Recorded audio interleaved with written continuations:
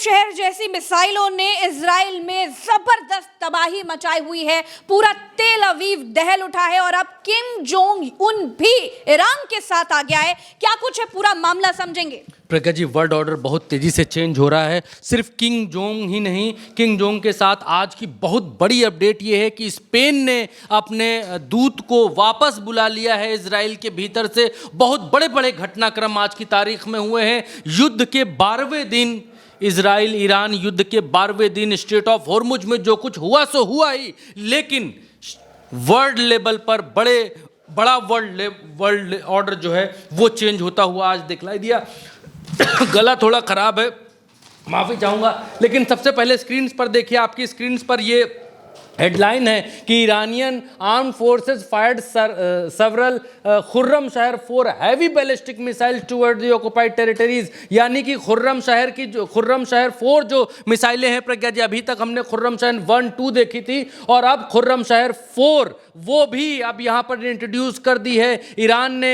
और यहाँ पर पैलेस्टीन जो ऑक्युपाइड इलाका है, जो पैलेस्टीन का इलाका है जहाँ ईरान ने कब्जा कर रखा है, उस इलाके के ऊपर से आप देखिए कितनी भारी तादाद में खुर्रम शहर 4 मिसाइलें हैं ये प्रज्ञा जी, जो तारों की तरह चमकती हुई जा रही हैं। ये ड्रोन्स नहीं हैं, ये छोटे छोटे ड्रोन्स नहीं हैं, ये बहुत बड़ी बड़ी मिसाइलें हैं, वो भी खुर्रम शहर 4 हैं प्रज्ञा जी। इनसे तेल अवीव दहल उठा है प्रज्ञा जी, और एयरपोर्ट के पास और न जाने कहां से रिपोर्ट्स आ रही हैं कि वहां पर ये मिसाइलें गिरी हैं जाकर के। अभी आगे वीडियो में और भी चीज़ें प्रज्ञा जी हम एक एक करके एलिब्रेट करेंगे और दर्शकों को बतलाएंगे। ये 39वीं वेव है ऑपरेशंस की इनकी, क्योंकि इससे पहले अभी हमने देखा कि 37वीं वेव, 36वीं वेव, एक दिन में 3 वेव कभी नहीं चलाई जी गई हैं प्रज्ञा जी अभी तक। युद्ध के पहले दिन से अभी तक हम युद्ध को कवर कर रहे हैं और ये हमने देखा है कि एक दिन में, दिन के ही समय में 3 वेव कभी नहीं हुई हैं।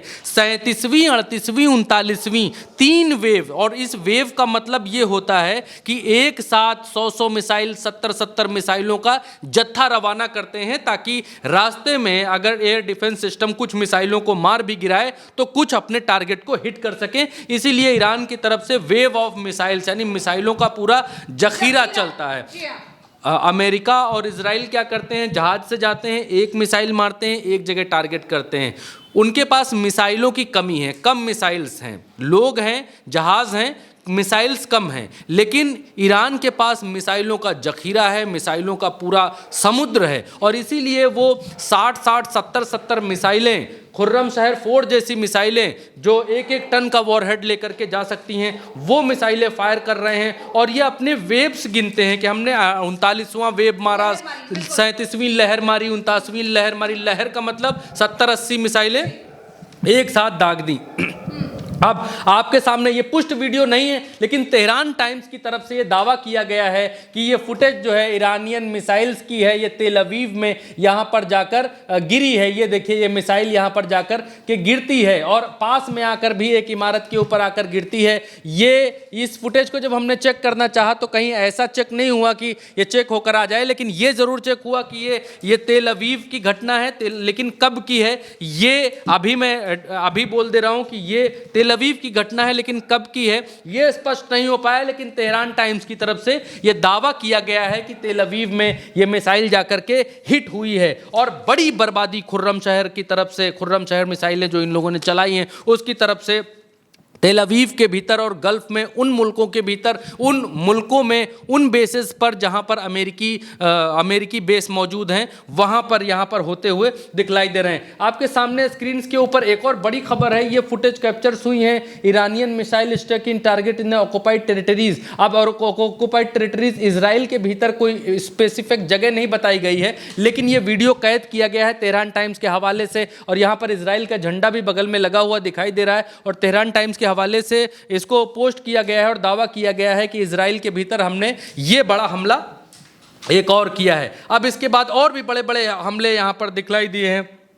यहाँ पर तेहरान टाइम्स ने ये दावा किया कि Zionist settlers are left in a shock and horror under the reign of Iran's retaliatory missiles। मतलब जो शेल्टर में छुपे हुए हैं वो दुबक गए हैं, घबरा गए हैं, चिंतित हैं ईरानियन मिसाइल्स की इस बारिश को देख करके। प्रज्ञा जी, इसके बाद जल्दी जल्दी से खबरें बता देते हैं, खबरें बहुत हैं, खबरें दर्शकों तक पहुंचानी बहुत आवश्यक है प्रज्ञा जी आपके। और अगली खबर ये तेहरान टाइम्स के हवाले से आपकी स्क्रीन के ऊपर ये है कि missile with 2 ton warheads fired 37 waves, यानी कि आइए दिखलाइए यानी 30 से प्रज्ञा जी अभी तक 1 टन की बात हो रही थी, लेकिन ईरान की तरफ से अब ये बहुत बड़ा हमला, भीषण हमला 11 मार्च की खबर है, होता हुआ दिखलाई दे रहा है। इन्होंने यहां पर पोस्ट किया है missile with 2 ton warheads fire in 37 waves attacks of US Israel target. यहाँ पर और उस मिसाइल का यहाँ पर वीडियो भी जारी करके ये बतलाया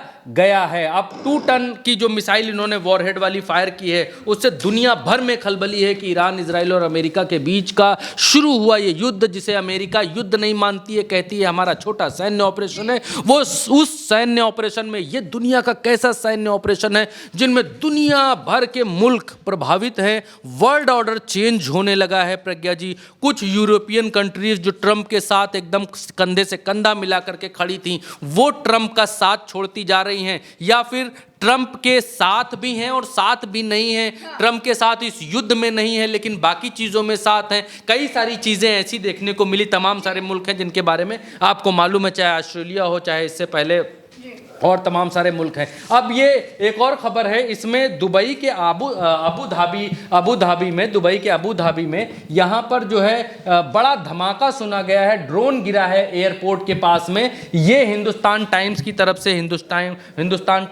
से छापा गया है। हिंदुस्तान टाइम्स को इसलिए लिया है प्रज्ञा जी क्योंकि दुबई और भारतवासियों का जो कनेक्शन है, आना जाना है, वो हिंदुस्तान की समाचार एजेंसीज और बेहतर से बता सकती हैं, क्योंकि दुबई के भीतर लाखों भारतीय आज की तारीख में रह रहे हैं, व्यापार कर रहे हैं, बिल्डिंग्स का व्यापार कर रहे हैं, फ्लैट्स का व्यापार कर रहे हैं, जिसको आप कहते हैं कि जमीन के व्यापार में वहां पर इंटरेस्टेड है। रॉयटर्स के हवाले से एक और बड़ी खबर प्रज्ञा जी, जो स्पेन की बात मैं कह रहा था, वो स्पष्ट आपको सामने भी यहां पर मिल जाएगी, ताकि आपको मालूम रहे कि जो चीजें बताई जा रही हैं वो हवा में नहीं है। स्पेन ने परमानेंटली विड्रॉ कर लिया है अपना एम्बेसडर। इजराइल के बीच बढ़ती तकरार जो है, इजराइल से इनकी तकरार बढ़ गई है और इसलिए स्पेन ने परमानेंटली अपना एम्बेसडर यहां से रिमूव कर लिया है, हटा लिया है। तो ये चलते युद्ध के बीच एक बड़ा घटनाक्रम, युद्ध के बाद ईरान इजराइल युद्ध के बाद ये जो असर देखने को मिला है स्पेन में, जी, चलते युद्ध के बीच में ये बड़ा घटनाक्रम देखने को मिला है कि अब स्पेन ने अपना एम्बेसडर यहां से हटा लिया है। इसके बाद एक और बड़ी खबर आपकी स्क्रीन के ऊपर, वो ये है कि अब इस युद्ध के बीच में अभी तक चीन और रूस थे, जो कि खुल करके ईरान के साथ में आ रहे थे, बोल रहे थे, कंडेम कर रहे थे और हमले की निंदा कर रहे थे, ये सब चीजें कर रहे थे। लेकिन अब एक देश और कूद कर बीच में आ गया है। चीन और रूस के बाद वो देश है नॉर्थ कोरिया। नॉर्थ कोरिया की तरफ से किम जोंग उन ने इस बात को प्रज्ञा जी कहा है, स्पष्ट रूप से कहा है कि जो आयतुल्ला खामनई को मारा गया, उनका मारा जाना बिल्कुल ठीक नहीं था। इस बात को कहा गया है। इसका हिंदी तर्जुमा मैं बता देता हूं आपके सामने, जो स्क्रीन पर लिखा हुआ है उसको हिंदी में मैं आपको बता देता हूं। यहाँ पर लिखा गया है कि उत्तर कोरिया ने ईरान के नए नेता के रूप में आयतुल्ला सैयद मुज्तबा खामनई के चुनाव पर कहा कि हम ईरान के सम्मानित नेता के रूप में आयतुल्ला सैयद मुज्तबा खामनई के चुनाव का सम्मान करते हैं। और फिर इसके बाद इन्होंने जो बात कही प्रज्ञा जी, इसके बाद इन्होंने ये बात भी यहाँ पर कही कि हम संयुक्त राज्य अमेरिका और इजराइल द्वारा की गई आक्रामक कार्रवाइयों के बारे में गहरी चिंता व्यक्त करते हैं, जो वैश्विक अस्थिरता के योगदान करती है, और हम ऐसी कार्रवाइयों की कड़ी निंदा करते हैं। ये यहाँ पर किम जोंग की तरफ से कहा गया है तेहरान टाइम्स के हवाले से। इससे पहले छापा गया north Korea condemns illegal US Israel attacks on Iran. इसके बाद प्रज्ञा जी एक और बड़ी खबर रॉयटर्स के हवाले से, हमने जब इसको और छानना चाहा कि क्या ये बात सही है, क्या ये बात ठीक है, तो रॉयटर्स के हवाले से हमें एक और खबर दिखाई दी, जिस खबर ने लोगों के कान और खड़े किए। नॉर्थ कोरिया के किम जोंग उन ने यहां पर जो क्रूज मिसाइल है वो इकाई दहाई सैकड़ा हजार 5000 टन का नेवल डिस्ट्रॉयर से 5000 टन वाली मिसाइल का यहां पर परीक्षण किया है। ये यहां पर ये खबर दिखलाई दे रही है। दूसरी तरफ एक और जो है ग्लोबस मैगजीन है वो इस बात को कह रही है कि ईरानियन मिसाइल इना पीपी पाइप ड्रीम यहां पर इस बात को कहते हुए दिख रहे हैं कि ईरानियन, ये ग्लोबस मैगजीन है जो कह रही है कि ईरानियन मिसाइल का जो है प्रत्युत्तर देना या ईरानियन मिसाइल का सामना करना सपने के समान है। इस बात को ये यहाँ पर कह रहे हैं कि किसी में हिम्मत नहीं है, किसी में औकात नहीं है जो ईरानियन मिसाइल्स का सामना कर सके। आज गल्फ रीजन के भीतर प्रज्ञा जी, इवन इंक्लूडिंग अमेरिका भी, उनकी मिसाइल्स का सामना कोई नहीं कर पा रहा है और नहीं कर पाएगा। ये यहाँ पर एक आकलन लंबा चौड़ा छापा गया है ग्लोबस मैगजीन के जरिए, उस आकलन को आप जाकर के पढ़ सकते हैं। एक और बड़ा दावा आज घूमता हुआ और तैरता हुआ दिखलाई दिया आपकी स्क्रीन के ऊपर। यह भी बहुत बड़ी खबर है और इसमें जो अली लारीजानी हैं वो ये कहते पाए गए प्रज्ञा जी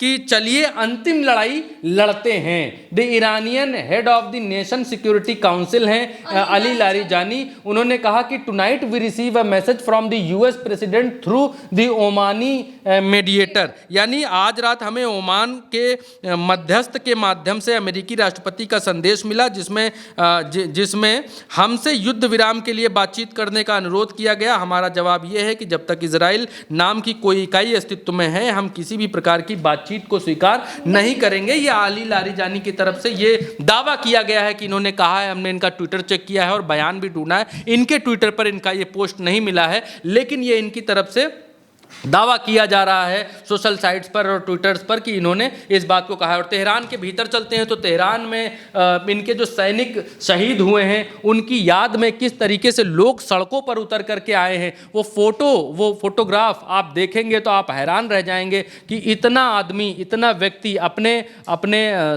शहीद हुए सैनिकों की सम्मान में रोड के ऊपर यहाँ पर आते हुए दिखलाई दिए हैं प्रज्ञा जी, और इतना भयंकर हुजूम दिखाई दिया है। लोग ये कहते हैं प्रज्ञा जी, दर्शक ये कहते हैं कि वीडियो बहुत लंबा हो जाता है, लेकिन इतनी युद्ध की खबरें आती हैं, इतनी खबरें आती हैं कि सबको समेटकर आपको दिखाना आवश्यक होता है कि आपको ये मालूम चलता रहे, सच मालूम चलता रहे कि एक्चुअल में ग्राउंड पर क्या हो रहा है और वर्ल्ड ऑर्डर किधर जा रहा है, पॉलिटिकली कौन क्या बात कह रहा है और कौन कौन से कहां किसने कैसे हमला किया। तो आज अगर मैं सम अप करूं तो ऐसे कर सकता हूं कि आज युद्ध का नया फ्रंट खुला। उस फ्रंट में जो होर्मुज स्ट्रेट है उसके भीतर भयंकर लड़ाई हुई, 3 जहाज एकदम नष्ट हो गए और नीचे जो इन्होंने वो बिछाया था बम, माइंस बिछाई थी पानी के भीतर, ईरान ने वो माइंस फटी और एक जहाज के पेंदे में छेद हो गया। दूसरा कि होर्मुज ऑफ स्ट्रेट के अलावा जब पॉलिटिकली बात करेंगे तो स्पेन ने इजराइल के भीतर से अपना एम्बेसडर वापस बुला लिया है। इनकी अपनी लड़ाई जो है वो गहरी हो गई है। इजराइल का समर्थन बहुत सारे मुल्क नहीं कर रहे हैं, ऐसा नहीं है कि सारे मुल्क, सारे यूरोपियन मुल्क उनका समर्थन कर रहे हैं। बहुत सारे तो मुल्क पूछ दब्बू हैं, वो जो है जब 2 कुत्ते लड़ते हैं तो बाकी जो कुत्ता पूछ दबाए रहता है नीचे अंदर, वो उस टाइप का विचित्र जीव बने हुए घूम रहे हैं। बहुत सारे देश ऐसे हैं जो पीछे पूंछ नीचे दबा के घूम रहे हैं, वो सिर्फ इधर उधर देख रहे हैं कि हमको करना क्या है, करना क्या है। उनके देश की जनता, उनके देश के लोग त्राहिमाम बोल रहे हैं, सिलेंडर फिलेंडर ऑयल सब महंगा हो गया, सब एकदम स्कूल कार्यालय बंद करने की कगार पर आ गए। ट्रेनों में उनके यहाँ मिलने वाला खाना भी बंद हो गया है आज की तारीख में, लेकिन वो देश मुंह में जो है वो दबाए हुए बैठे हैं गर्री। लेकिन अब मसला यह है कि तमाम सारे देश मुखर होकर बोलने लगे। इवन यूरोपियन कंट्रीज़ में जो अमेरिका का साथ नहीं देना चाहता वो बोलता है कि हम नहीं देना चाहते, हम आपको अपना बेस नहीं देंगे, आप हमारे साथ हैं अच्छी बात, हम आपके साथ अच्छी बात, लेकिन आप किसी के ऊपर हमला करने के लिए हमारा बेस इस्तेमाल कर, हम आपके साथ नहीं है। नो हम नहीं। ईरान ने भी ये बात कही है कि होना चाहिए जो देश, हाँ, देशों को ऐसा होना चाहिए प्रज्ञा जी कि अपनी बात सामने रखनी चाहिए। किसी का नौकर बन के, किसी का पिछलग्गू बन के, किसी का चपरासी बन के किसी देश को नहीं रहना चाहिए। और बहुत सारे देश एकदम अमेरिका के चपरासी बन गए हैं आज की तारीख में और उसके चपरासी जैसे रिएक्ट कर रहे हैं, उसके चपरासी जैसा व्यवहार कर रहे हैं, बिल्कुल चुपचाप हैं। उनके मेहमानों को अमेरिका समंदर में मार के गिरा देता है, लेकिन वो देश चपरासी की तरह बिहेव करते हैं, एक शब्द नहीं बोलते। देश के नेता, बिल्कुल सही बात है, देश के नेता ऐसा बिहेव करते हैं। तो दोस्तों बिल्कुल कुल मिलाकर देखा जाए तो ईरान खुर्रम शहर जैसी मिसाइलों से तेल अवीव जैसे शहरों को खंडहर बना रहा है, पूरे इजराइल में तबाही मचा रहा है। और ये बात भी साफ हो गई है कि किसी भी तरह के सीज फायर के लिए ईरान अब भी तैयार नहीं है। और कल तमाम इनके जनरल्स और तमाम इनके ऑफिशियल्स ये बात कह चुके हैं कि अभी तो हम 10 साल की युद्ध के लिए तैयार है। तो फिलहाल इस खबर में हमारे साथ इतना ही। अगर आपने चैनल को सब्सक्राइब नहीं किया है तो दोस्तों चैनल को जरूर सब्सक्राइब कीजिए, क्योंकि तमाम फेक न्यूज और एआई वीडियोस के समंदर से हम असली और सच्ची खबर निकाल करके सिर्फ आपके लिए लाते हैं। इसलिए चैनल को सब्सक्राइब कीजिए, करवाइए और वीडियो को लाखों करोड़ लोगों तक शेयर कीजिए, ताकि सही और सटीक बातें ही लोगों तक पहुंचती रहे। चलते हैं, नमस्कार।